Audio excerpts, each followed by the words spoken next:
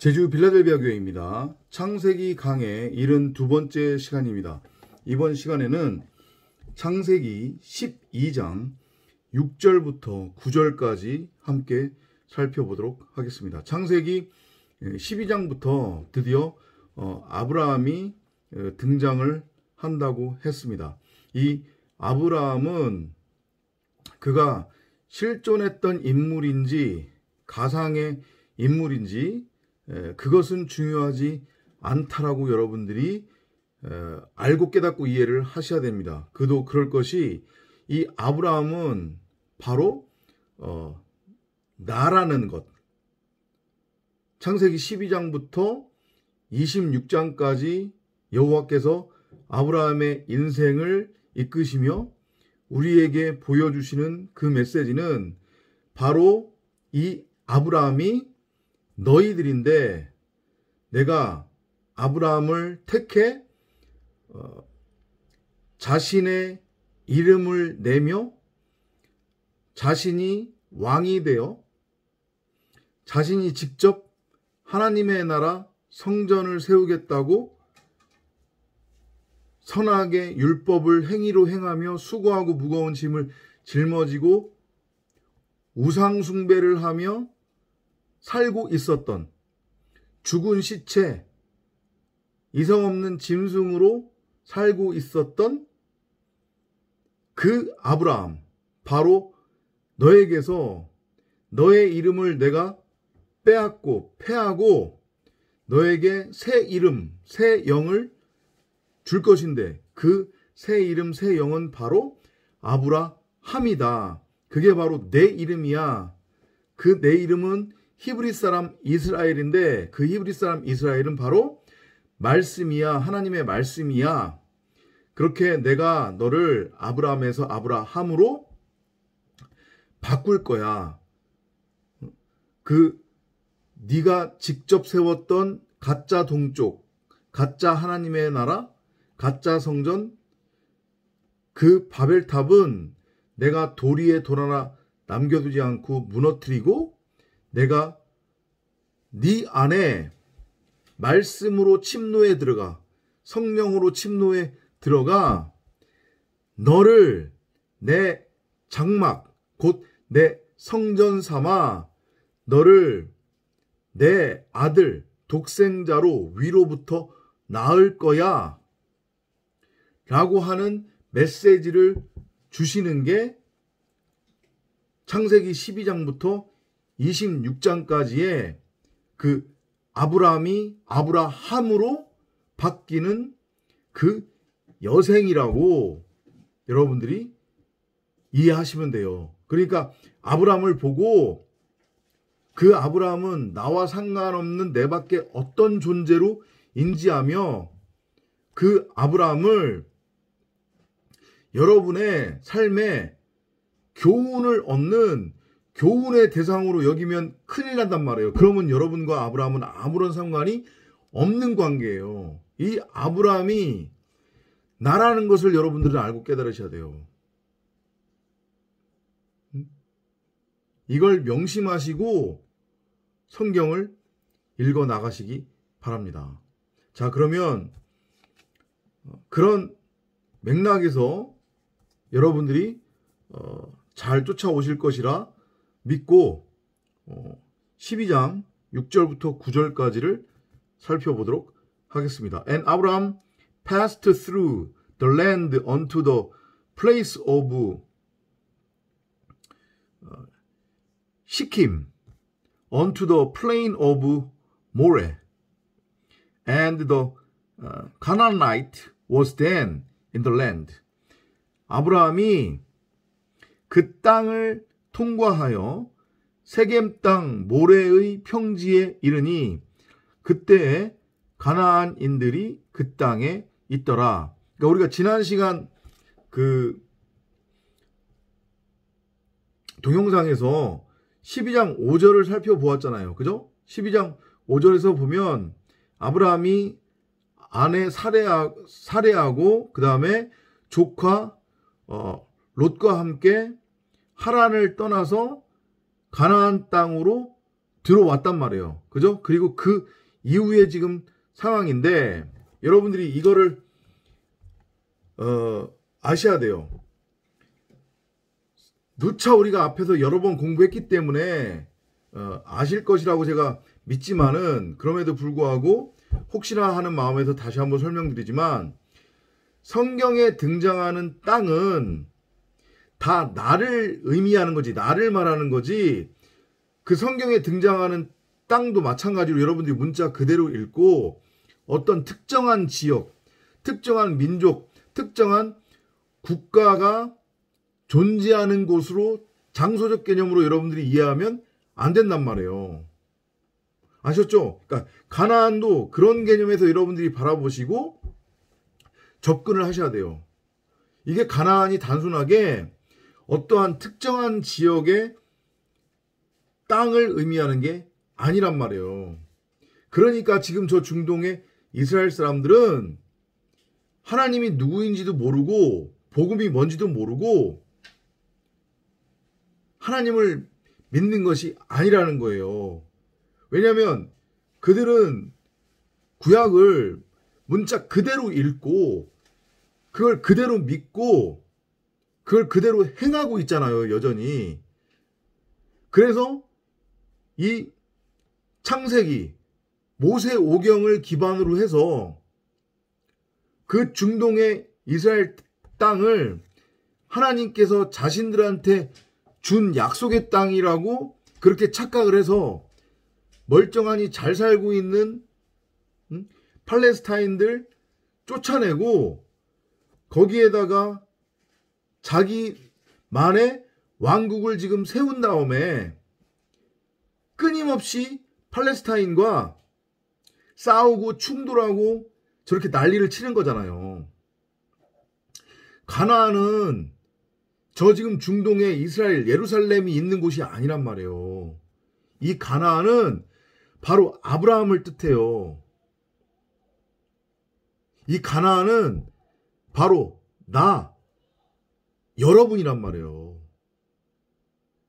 이게 깨달아져야 돼요. 자, 보세요. 우리가 10장까지 노아의 세 아들들의 폐해질 족보에 대해서 공부를 했잖아요. 그죠? 그때 함에 대한 얘기가 나오는데 노아가 함을 저주하죠. 그죠? 근데 그 함이 가나안 7족 속의 조상이라고 했단 말이에요. 이것도 앞선 비디오에서 제가 비디오 영상에서 잠깐 설명을 드렸지만 아니 분명히 노아에 의해서 노아는 그리스도 예수를 의미한다고 했습니다. 그리스도 예수에 의해서 저주받은 땅 가나안이 어떻게 축복의 땅이 될 수 있냔 말이에요. 거기에 7족속이 살 거라고 그랬는데 이걸 복음적으로 읽어내지 못하면 당체 이해를 할 수가 없는 거란 말이에요. 그래서 자 이거를 어떻게 여러분들이 이해하셔야 되냐면 자 아브람이 아브라함으로 바뀌는 게 창조의 과정이라고 했습니다. 그러니까 함에서 에녹으로 함에서 셈으로 이름이 바뀌는 거예요. 그러니까 내가 이전까지 나라고 하는 마음성전 가운데에 심겨져 있는 생명나무를 호라우하지 못하니까 이걸 형상화시켜서 내 멋대로 형상화시켜서 보겠다고 있지도 않은 나무를 만들어버린 거잖아요. 그게 하와가 한 짓이잖아요. 보암직하고 먹음직하고 탐스러운 것, 육신의 정욕, 안목의 정욕, 이생의 자랑의 눈으로 없는 나무를 그냥 형상화시켜서 만들어버렸어요. 그게 뭐예요? 선악을 알게 하는 지식나무. 그리고 그걸 열심히 행해서 그 나무에 열매까지 직접 지가 맺었단 말이에요. 선악을 알게 하는 지식나무의 열매. 근데 이거는 가짜라고 했잖아요. 가짜. 진짜가 아니라고. 그죠? 진짜는 내 안에 있단 말이에요. 내 밖에 있는 모든 것들은 다 형상화된 그림자, 모형, 그리고 신기루, 꿈이라고 그랬잖아요. 선악의 율법의 행위를 통해서 만들어진. 근데 그것 자체가, 그러니까 율법을 열심히 행해서 내 밖에 어떤 것들을 형상화 시키는 것이, 그게 곧 우상숭배고, 그게 곧 내가 내 이름을 내는 행동이에요. 내가 직접 하나님의 나라를 세우겠다고 하는 것이고, 내가 직접 성전을 세우겠다고 하는 것이고, 내가 직접 천국을 만들겠다고 하는 것이거든요. 그거는 제가 여러 차례 설명드렸지만, 내 입장에서 나는 하나님을 믿습니다. 저는 무교입니다. 저는 불교 믿어요. 이거는 아무런 의미 없는 거라고 했어요. 그건 사람 입장에서의 생각인 거지. 전등자가 우리를 이 피조세계로 보낼 때에 90억 각 사람의 마음 성전 안에 생명나무, 곧 성경 66권이라고 하는 진리의 말씀을 심겨서 보냈단 말이에요. 근데 그걸 호라호하지 못하고 있을 뿐이에요. 아무튼 그러한 상태가 바로 누구냐면 아브람인 거예요. 아브람. 그게 여러분이나 저의 상태였잖아요. 진짜 진리를 만나기 전에. 함의 상태. 근데 그걸 여호와께서 아브람한테 알아먹으라고 마찬가지로 눈에 보이는 것으로 형상화시켜서 하나의 모형으로서, 몽학선생으로서 보여주고 있는 게 그게 바로 가나안 땅이에요. 가나안이란 말이에요. 야, 아브라함아, 이게 바로 너야. 이 가나안이 일곱 족속이 살고 있는, 내가 분명히 너에게 약속의 땅이라고 했는데 네가 그것을 알아먹지 못하면 그 약속의 땅은 일곱 족속이 사는 그냥 가나안 땅인데 그게 바로 너란다. 아브라함아, 이것 좀 알아먹어라. 응? 하나님의 나라는 네 가운데에 있지 네 밖에 있는 게 아니야. 생명나무는 네 마음 성전 가운데에 있어. 네가 네 밖의 것으로 형상화시킬 수 있는 게 아니야. 하나님의 나라는 바로 너라니까. 네가 에덴이고 네가 성전이고 네가 동쪽이라니까. 근데 이걸 알아먹지 못하면 너는 일곱 족속이 살고 있는 정복당해야만 하는, 바로 네가 가나안이야. 그러면 너는 옛 하늘과 옛 땅으로 있는 거야.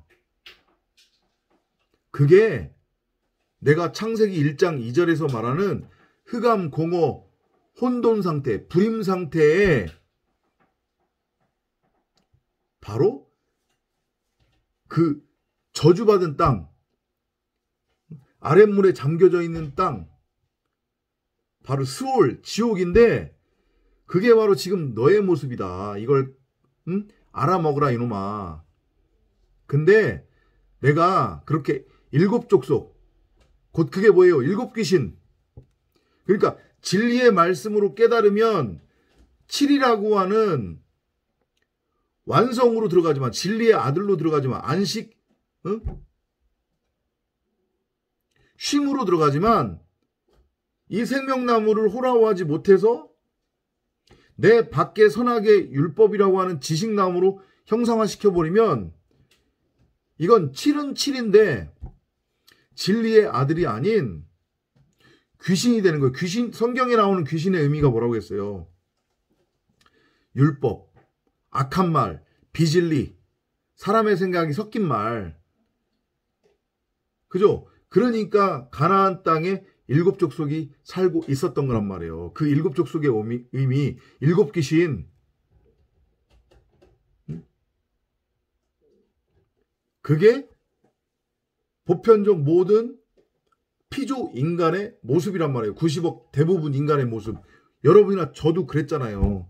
진짜 참 진리를 알기 전에, 만나기 전에 우리도 일곱 귀신, 일곱 족 속의 메인 귀신 들린 자들이었단 말이에요. 그게 바로 가나안이에요. 아브람이란 말이에요. 그런데 여호와께서 그 일곱 귀신 들린 자, 일곱 족 속에 지배당한 자, 선악의 율법에 매여 있는 아브람이라고 하는 가나안 땅, 곧 여러분이나 저라고 하는 땅의 예루살렘, 건물 성전, 율법의 성전, 율법의 예수로서의 나를 폐하고 도리에 돌아나 남지 않고 멸망시켜서 종말에 이르게 해서 아브라함이라는 히브리 사람 이스라엘이라고 하는 셈이라고 하는 이름으로 위로부터 낳겠다는 거예요. 누가? 여호와께서. 뭘로? 진리의 말씀 성령으로. 그래서 땅의 예루살렘이었던 우리를 하늘의 예루살렘으로 다시 짓겠다는 거예요. 그게 바로 세 번째 성전인 거예요.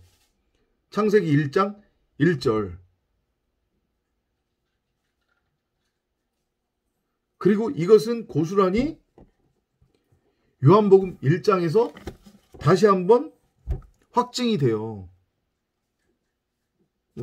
정확하게는 확증이라기보다는 창세기 1장 1절의 내용을 다시 한번 풀어주는 내용인데 그게 어디 나와요?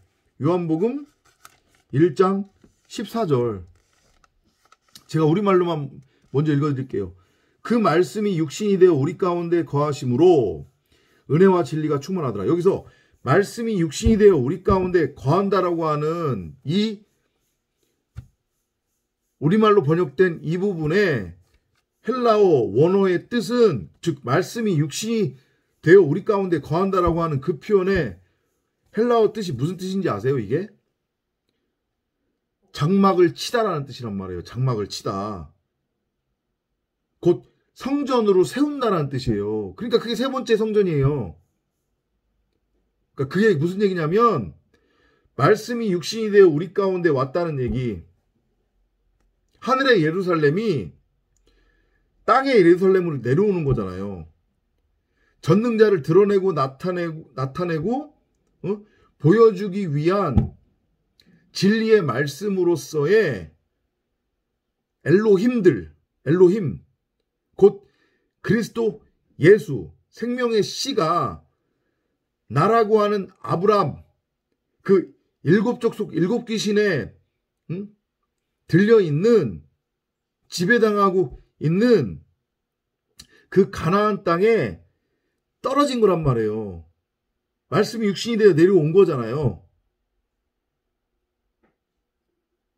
그죠? 그래서 밭가리가 되는 거잖아요. 그걸 성경이 뭐라고 하냐면 장막을 친다, 성전을 세운다, 동산을 창설한다, 이렇게 말한단 말이에요.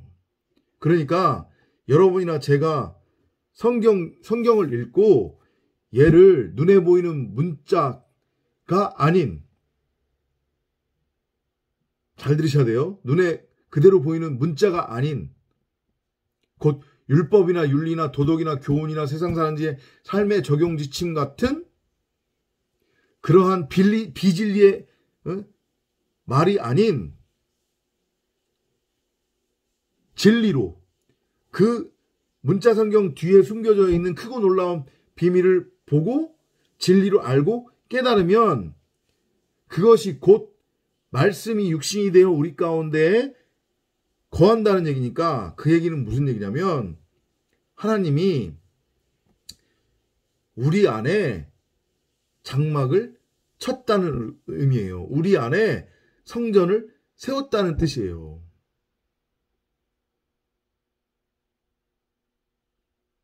곧 그건 무슨 얘기냐면 나라고 하는 마음 성전이 이미 있었는데 내가 그것을 보지 못했을 뿐이잖아요. 근데 그게 밝히 드러난 거예요. 뭐에 의해서? 성령에 의해서. 그러면 내 이름이 아브라함에서 아브라함으로 바뀌어요. 근데 창세기 기자가 곧 모세가 그 아브라함을 뭐라고 칭하냐면 히브리 사람 이스라엘이라고 그런단 말이에요. 무슨 의미예요? 건너간 자. 동쪽에서 요단강을 건너 강 서쪽 곧 에덴으로 성전 안으로 동산으로 들어간 자, 건너간 자. 그렇게 이름이 바뀐다는 얘기예요. 7족 속의 지배를 받고 있었던 지옥으로서의 가나안이 밭가리가 되어 새하늘과 새 땅으로 바뀐다는 얘기예요. 그래서 새 방언, 새 영을 받아서 새 방언, 새 영을 말하게 되는 거란 말이에요. 이름이 완전히 바뀌는 거예요. 땅이 완전히 밭갈이 되는 거란 말이에요. 그걸 아브라함한테 지속적으로 반복해서 보여주고 있는 게 가나안이에요.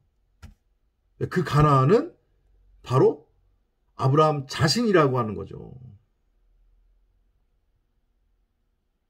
근데 나중에 가면 아브라함이 아브라함으로 이제 완전히 밭가리가 되고 위로부터 독생자 하나님의 아들로 태어나면서 그걸 알고 깨닫게 되었단 말이에요. 아, 이 가나안이라고 하는 것은 바로 내 마음 안에 있는 거였구나.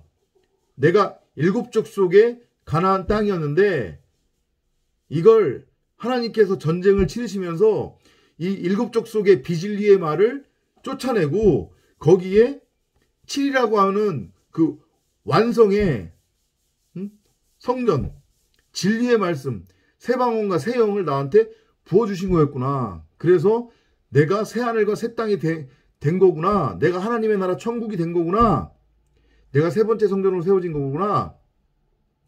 이걸 아브라함은 깨달았다는 거예요. 그래서 가나안으로 들어갔을 때 히브리서 기자가 그러잖아요.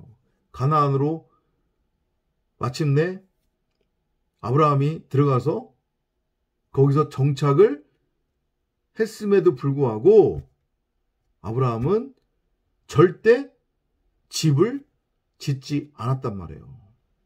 임시 천막을 치고 살았어요. 언제든지 그 천막을 패킹해서 짊어지고 떠날 수 있도록. 왜냐?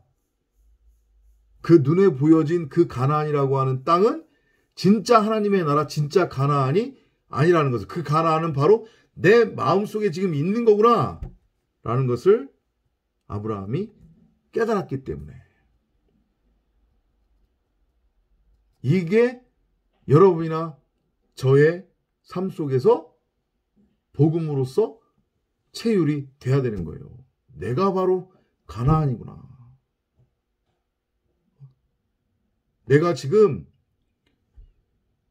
7족 속에 매여 있는 7 귀신 들린 여자냐, 아니면 완성이라고 하는 7 진리의 아들로 내가 태어난 씨 가진 여자냐, 그걸 여러분들이 순간순간 점검을 하셔야 된단 말이에요.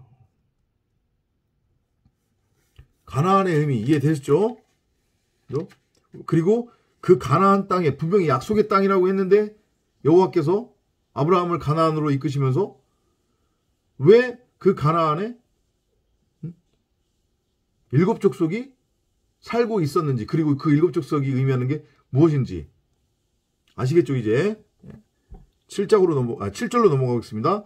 And the Lord appeared unto Abraham and said, Unto thy seed will I give this land. And there builded he an altar unto the Lord, who appeared unto him.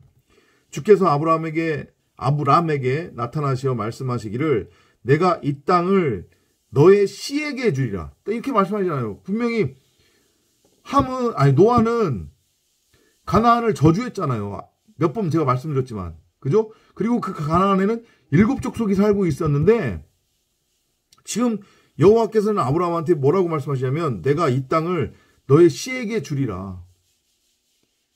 네 아들에게 주겠다는 얘기잖아요. 하시니 그가 그곳에다 자기에게 나타나신 주께 제단을 쌓았더라. 저주받은 가나안 땅을 아브라함의 씨에게 주시겠대요. 이걸 복음적 맥락에서 잘 이해하셔야 되잖아요. 방금 전에도 계속 설명을 드렸잖아요. 그죠? 그 바로 가나안 7족속이 살고 있는 7귀신 들린 그 가나안 땅 아브라함이 바로 나잖아요. 아브라함 자신이잖아요. 가나안 땅이. 근데 그 땅을 너의 씨에게 주겠다는 얘기는 바로 너에게 주겠다는 얘기인데 곧 아브라함 자신에게 주겠다는 얘기인데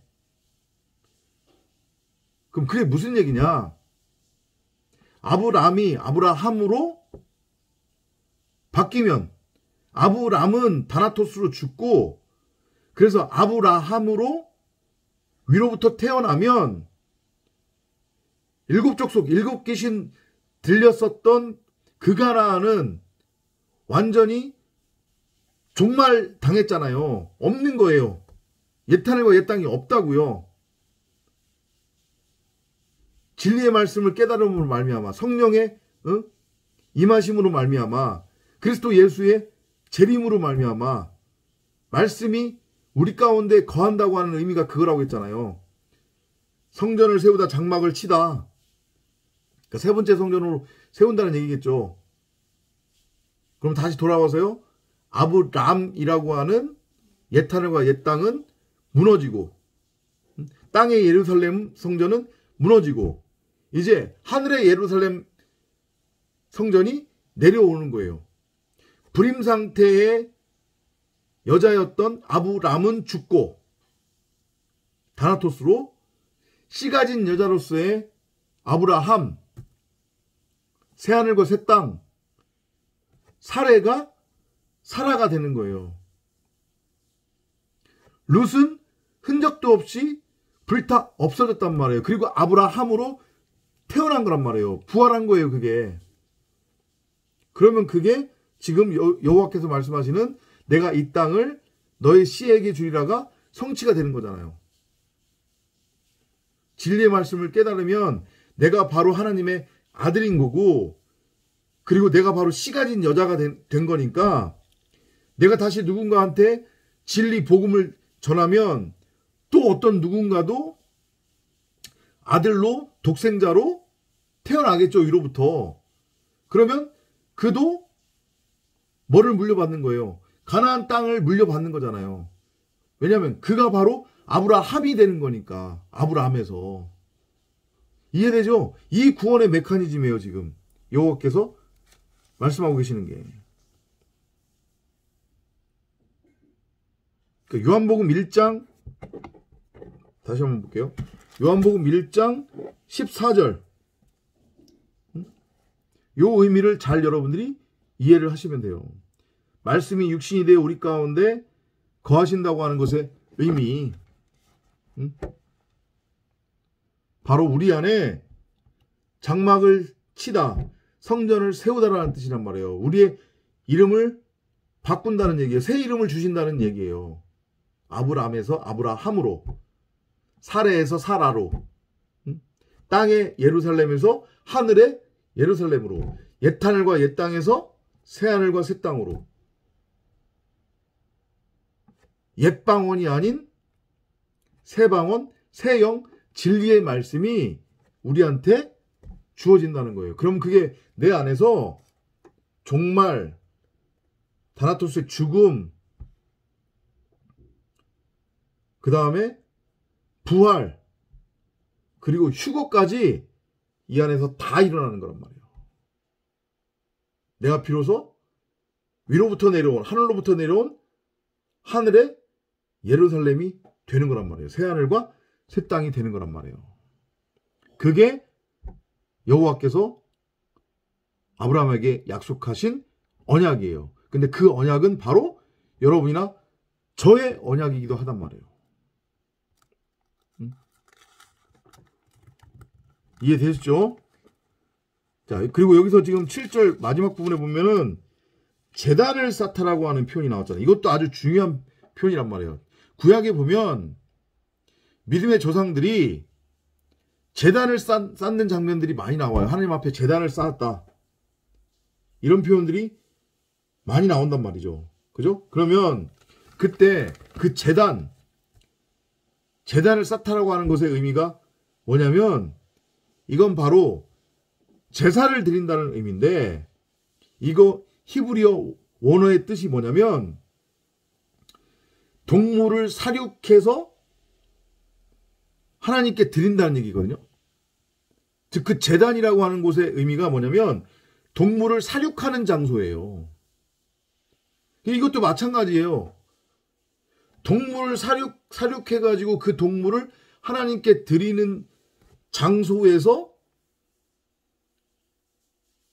그 살육한 동물을 드리는 게 하나님을 예배하는 거라고 하니까 이스라엘 백성들이 구약 내내 무슨 짓거리 한 거예요? 피해 제사 드린 거잖아요. 허구한 날 소 잡고 양 잡아서 하나님한테 예배 드렸잖아요. 그게 믿음이라고, 그게 신앙이라고. 문자로 성경을 읽으니까 그렇게 된 거란 말이에요. 내 밖에 행위를 통해 형상화를 지금 시킨 거잖아요. 내가 죽어야 하는 육신의 예수, 내가 진리를 깨닫지 못하고 선악의 율법에 매여 하나님께 대적하며 일곱 귀신 들린 자로 살아가고 있었던 일곱 족속의 지배를 받고 있었던 바로 내가 하나님께 마땅히 드려져야 하는 하나님 앞에서 무트타무트 반드시 죽어야 하는 이성 없는 짐승 죽은 시체라고 하는 것을 알아먹으라고 율법을 통해 피해 제사를 가르쳐 준 건데 이걸 문자 그대로 그냥 읽고 진짜 피해 제사를 드려버린 거니까 하나님이 그걸 보시고 우상 숭배한다고 그러시면서 그 제사를 안 받으신 거란 말이에요. 당연히 안 받을 수밖에 없죠. 그게 바로 카인의 제사인데 하나님이 받고 싶은 것은 바로 여러분 자신이란 말이에요. 선악의 율법에 매여서 하나님 흉대를 내고 있는 나라고 하는 죽은 시체, 이성 없는 그 짐승, 그 내가 온전하게 하나님 앞에 무트타무트 진리로 태어나기 위한 진리의 죽음을 맞이해야 되는 거예요. 다나토스의 죽음, 목베임 당하는 죽음. 그게 바로 제단을 쌓는다고 하는 것의 의미란 말이에요. 제단을 쌓고 제사를 드린다는 거. 내가 내 자신을 그렇게 산제물로 드리는 거예요. 11조 제물로 드리는 거란 말이에요. 여러분들이 열심히 여러분들 몸뚱아리 굴려서 내 밖에 형상화된 가치, 이 땅의 열매, 땅적 가치의 10분의 1이 하나님의 것이라며 그걸 구분해서 하나님 앞에 드리는 게 예배가 아니고 제사가 아니고 그게 믿음 신앙이 아니란 말이에요. 그게 11조가 아니란 말이에요. 응? 나를 죽이는 거예요. 짐승인 나, 율법에 매여있는 나, 하나님과 반대편에 서서 귀신 들린 줄도 모르고 율법의 행위를 통해 하나님을 기쁘게 하겠다고, 내가 직접 내 밖에 하나님의 나라를 세우겠다고, 성전을 직접 세우겠다고 수고하고 무거운 짐을 짊어지고 있는 그 내가 바로 마땅히 죽어 하나님 앞에 드려져야 하는 짐승이란 말이에요. 그 내가 반드시 죽어야 되는 거예요. 그러니까 구약에 소 잡고 양 잡아서 하나님께 드리는 그 제사는 십자가를 보여주는 거였단 말이에요. 그거 알아먹으라고. 니네들이 바로 이 짐승이야. 니네들이 이렇게 죽어야 되는 거야. 십자가에 못 박여서. 니네들이 바로 죽어야 하는, 반드시 죽어야 하는 육신의 예수란다. 그걸 알아먹으라. 그 말씀을 하신 건데 그걸 못 알아먹고 허구한 날 짐승 잡아서 피해 제사를 드리니까 급기야 여호와께서 뭐라고 말씀하셨어요? 이스라엘 백성들한테 살인하지 마. 야, 이제 그만 나 좀 죽여. 이해되세요? 아브라함이 제단을 쌓았다고 하는 것의 의미. 그걸 모형적으로 보여주는 거란 말이에요. 여러분들은 하나님 앞에, 여호와 앞에 제단을 쌓았냔 말이에요. 허구한 날, 뭐 목이 베었다. 나는 다나토스로 죽었다. 저 진리가 이제 뭔지 알아요. 저 제 십자가를 지었습니다. 예수님이 죽을 때 저도 함께 죽었다고 하네요. 저도 그렇게 예수와 함께 죽은 줄 믿습니다. 그렇게 말이 아닌, 립서비스가 아닌, 그게 진짜로 체울되고 있냔 말이에요. 여러분들 안에서. 제단을 쌓아서 나라고 하는 이 짐승 동물을 하나님 앞에 온전히 드렸냔 말이에요. 그 내가, 가짜 내가 죽어야 된다니까요. 그 육신의 나라고 하는 예수가 죽어야 된다고요. 땅의 예루살렘 성전은 돌 위에 돌 하나 남지 않고 무너져야 된단 말이에요.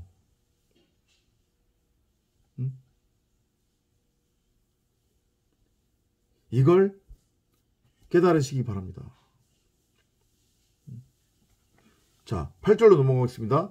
And he removed from thence unto a mountain on the east of Bethel, and pitched his tent, having Bethel on the west, and Ai on the east. And there he builded an altar unto the Lord, and called upon the name of the Lord. 그가 거기서부터 베델 동쪽 산으로 옮겨 그의 장막을 치니 서쪽은 베델이요 동쪽은 아이라. 그가 그곳에서 주를 위하여 제단을 쌓고 주의 이름을 불렀더라. 잘 보셔야 돼요. 베델은 하나님의 집이라는 뜻이거든요. 하나님의 집은 곧 뭐예요? 성전이에요. 그러니까 에덴 동산이란 말이에요. 바로 내 마음 가운데에 세워져 있는 그 마음 성전이란 말이에요. 근데 그걸 알아차리지 못하면, 호라워하지 못하면 이건 뭘로 머물러 있는 거냐면 말 그대로 진짜 에덴 동쪽 그 신할 땅, 에덴의 동편에 세워진 바벨탑에 불과하단 말이에요. 땅의 예루살렘 성전, 땅의 예루살렘. 이해되시죠? 이게 베델이 돼야 되는 거예요. 하나님의 집이 돼야 된단 말이에요. 이미 설명드렸잖아요. 그죠? 그러니까 하나님의 나라가 진짜 동쪽이라고. 그래서 에덴이 동방에 세워진 거라고 그랬잖아요. 근데 인간들이 이걸 하나님의 나라로 보지 못하고 이게 안 보이니까 자신들이 직접 동방 에덴을 창설하겠다고 진짜 동쪽으로 가서 그 동쪽에다가 성을 쌓은 거잖아요. 바벨탑, 바벨성. 그죠? 그게 바로 나라는 성이에요. 지금 아브라함의 상태, 아브라함 되기 전,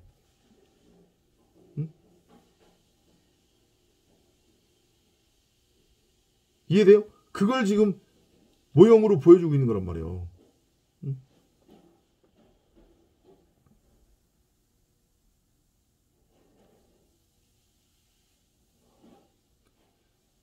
근데 하필이면 베델 동쪽 산으로 옮겼다고 했죠. 그러니까 마찬가지잖아요. 베델은 하나님의 집인데 베델 동쪽 산이니까 이건 성전을 뜻하는 거잖아요.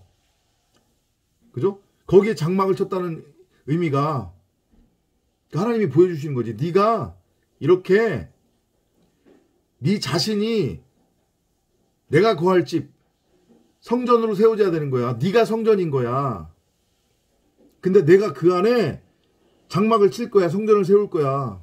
너를 내 집, 하나님의 집으로 만들 거야. 너를 세 번째 성전으로 세울 거야. 이 메시지인 거예요. 근데 아직 아브라함은 그걸 깨닫지 못했을 거란 말이에요. 이건 지금 다 하나님이 이끄는 거니까. 아브라함한테 진리를 알아먹으라고 보여주시기 위해. 우리는 베델 동쪽에 장막을 치야 되는 거예요.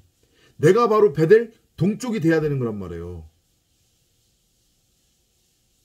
하나님 반대쪽에 있는 동쪽이 아닌 진짜 하나님의 집, 하나님의 성전, 에덴으로서의 그 동방, 그 베델 동쪽이 돼야 된단 말이에요. 내가 바로. 여러분이 바로. 그리고 나서 보니까 서쪽은 베델이래요. 그러니까 같은 맥락인 거예요, 지금. 베델 동쪽이 하나님의 나라. 곧 거기가 서쪽인 거잖아요. 이쪽 인간이 구축해 놓은 가짜 동쪽 편에서 보면 예루살렘 성전으로 들어오는 입구, 그 입구는 동쪽에 있다고 했잖아요. 그죠? 거기서 보면 성전은 서쪽에 있는 거잖아요. 그 지금 말씀을 하시는 거란 말이에요. 베델 동쪽은 곧 서쪽인 거예요. 그리고 그 베델 동쪽, 서쪽의 반대편, 곧 하나님의 반대편에 있는 것은, 있는 상태라고 하는 것은 비진리니까 이게. 그죠? 베델 동쪽, 서쪽은 진리인 거고, 진리의 말씀인 거고, 이 베델 동쪽은 지금 아이라고 그랬는데 여기가 바로 가짜 동쪽이잖아요. 건물 성전, 율법의 예수, 땅에 예루살렘이 있는 곳, 인간이 구축한 가짜 동쪽, 아브라함의 상태, 아브라함이 아닌, 그죠? 거기는 아이래요, 아이. 이게 아이라고 하는 게 무슨 의미냐면 여호수아에 나오죠. 아이성 전투 나오잖아요. 여러분들 아시잖아요. 그죠? 그때 그 아이예요. 이게 뭐냐면 황폐한 산이라는 뜻이거든요. 그러니까 율법 성전 말하는 거예요. 땅의 예루살렘 성전을 의미하는 거란 말이에요. 무너져야 될 큰 성 바벨론. 내가 직접 구축한 나라고 하는 가짜 성전, 율법으로서의 성전, 육신의 예수로서의 나, 아브람. 그걸 모형적으로 보여주고 있는 거란 말이에요. 그 아이성에서 어디로 넘어와야 돼요? 베델 동쪽, 곧 서쪽으로 넘어와야 되는 거예요. 거기에다가 제단을 쌓고 주의 이름을 불렀대요.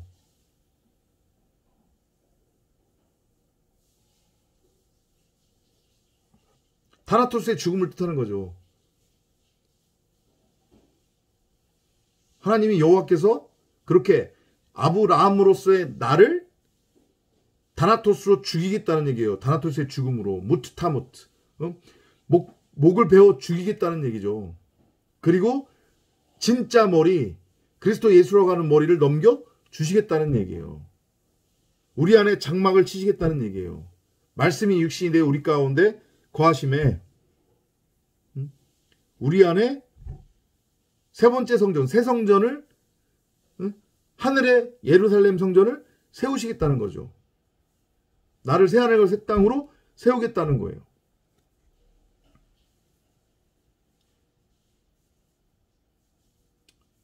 이해되셨죠? 다 지금, 이거 지금 다 하나님이 지금 이끄시는 거란 말이에요. 아브라함한테 진리가 무엇인지를 알아먹으라고 가르치시기 위해. 근데 아브라함이 이동하여 남쪽으로 향하여 계속 가더라. And Abraham journeyed, going on still toward the south. 그럼에도 불구하고 여전히 아브라함은 어디로 가요? 남쪽으로. 지금 어떻게 된 거냐면 그림으로 여러분들이 머릿속에 형상화시켜서 한번 그려보세요. 사해반도가 이렇게 있잖아요. 아브라함이 제일 처음에 어디서 시작했어요? 동쪽 갈대아 우르에서 시작했고 가나안은 여기 있단 말이에요. 그죠? 그러니까 여기 동쪽 에덴 동쪽에서 봤을 때 가나안은 서쪽에 있는 거예요. 그래서 동쪽에서 서쪽으로 옮겨가야 되는데 이놈의 아브라함이 말을 뒤지게 안 들어서 이게 결국은 나잖아요. 여러분이잖아요. 그죠? 진리를 들었는데 여전히 아직까지도 완전히 진리를 깨닫지 못하고 있는 상태. 긴가민가 헷갈려하고 다리를 넣다 뺐다 하는 거. 그죠? 어디로 가냐면 북쪽으로 올라가죠. 그래서 하란에서 잠깐 머물러요. 그리고 나서 간신히 가나안으로 들어왔어요. 근데 이 모든 여정은 잘 읽어보시면 성경을 읽어보시면 12장을 읽어보시면 이거 다 아브라함의 의지대로 된 거 아니란 말이에요. 하나님이 일부러 이렇게 이끄시는 거란 말이에요. 이걸 여러분들은 깨달으셔야 돼요. 근데 이 여정이 여러분이나 저의 삶 속에서 반드시 체휼이 된다니까요. 70일에 동안 이 역사 속에서. 왜냐하면 내가 누구라고 했으니까, 여러분이 누구라고 했으니까 아브라함이니까 이 아브라함의 삶이 우리에게 똑같이 투영이 돼서 체휼이 되는 거란 말이에요. 그래서 결국은 우리를 아브라함에서 아브라함, 히브리 사람 이스라엘 건너간 자로 새하늘과 새 땅으로 하늘의 예루살렘 성전으로 세 번째 성전으로 세우시는 거란 말이에요. 가나안으로 갔다가 가나안에서 다시 어디로 내려가요? 남쪽으로 내려가요. 남쪽에 뭐가 있는데요? 남쪽은 애굽이에요. 애굽.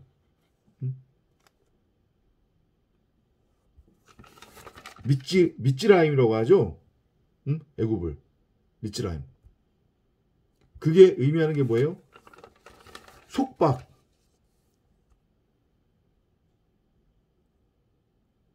그러니까 종이잖아요. 종 한마디로 얘기하면 종.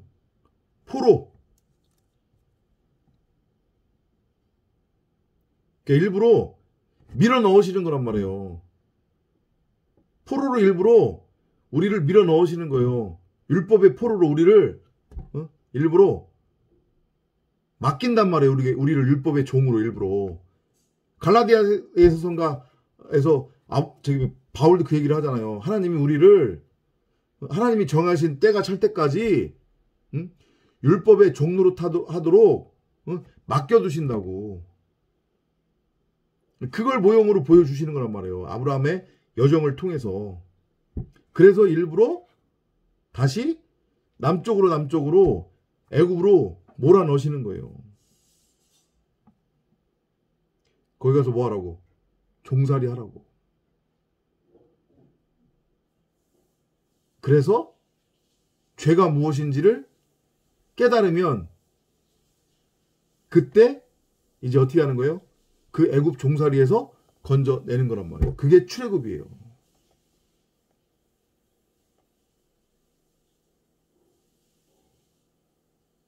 그걸 내가 반드시 너를 통해 보이겠다.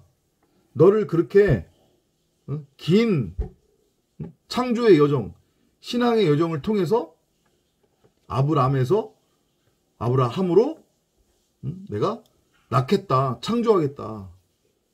하지만 두려워 마라.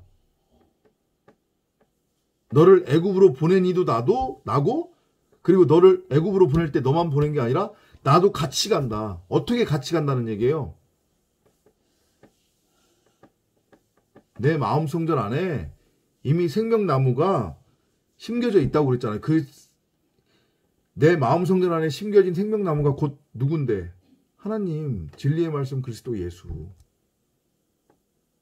나만 보지 못할 뿐인 거지. 그래서 여호와께서 북이스라엘을 바벨론의 포로로 70년 동안 포로로 보낼 때에 그 그 말씀 하신 거예요. 두려워 말라고.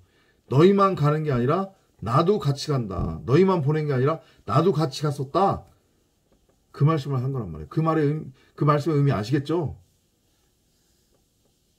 이 여러분이나 저가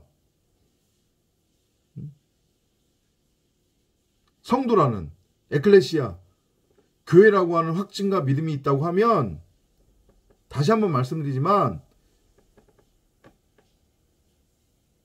성경의 그 역사는 결코 추상적인 게 아니란 말이에요. 성경에 등장하는 인물들의 삶이, 여정이, 인생의 여정이 결코 추상적이거나 만들어낸 얘기가 아니란 말이에요. 그건 반드시 우리 삶 속에서 체휼이 된다고요.